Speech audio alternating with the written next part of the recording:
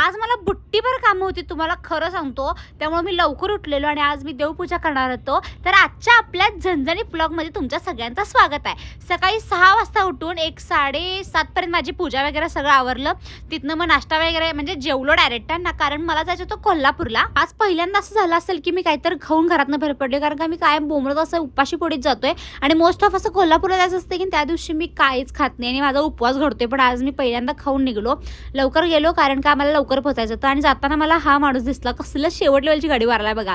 म्हणजे हे विषय हा वगैरे आपल्या कोल्हापुरातच होते. नंतर मग गेलो कोल्हापुरात, एक 4-5 मला पार्सल द्यायचं होतं आणि मी पहिल्यांदा शिरोची MIDC फिरली आणि एवढी मोठी आहे ते मला आज कळालं. कसं वाटतं वैष्णव बिझनेस? मस्त वाटतंय गाईज बिझनेस करणं. खरंच सोपं नाही आहे, खरं सांगतो.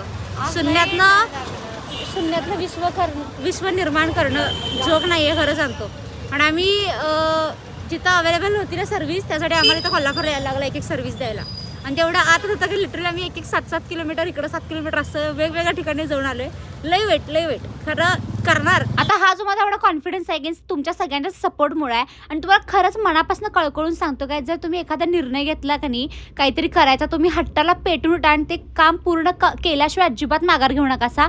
कारण कसं असते सांगा, आपल्या पाठीशी जरी कोण नसलं का नाही, आपली जी जिद्द असते की आपल्याला कायम पुढे घेऊन जात असते. घरला आल्यानंतर परत ऑर्डर वगैरे आलं, त्याच्यामुळे सगळं नोट डाऊन केलं, पॅकिंग केलं आणि उद्या ते सगळं पार्सल आणि परत मला कुरिअर करायचं होतं. आल्यानंतर पावभाजी केली, कारण का हे पावभाजीचं काम कधी माझ्याकडेच असते. म्हणजे घरात जरा काय चांगलं केलं कधी ते मलाच करावं लागतं, त्यामुळे मी जास्त स्वयंपाक करायला बघत नाही. पण आज पावभाजी केली.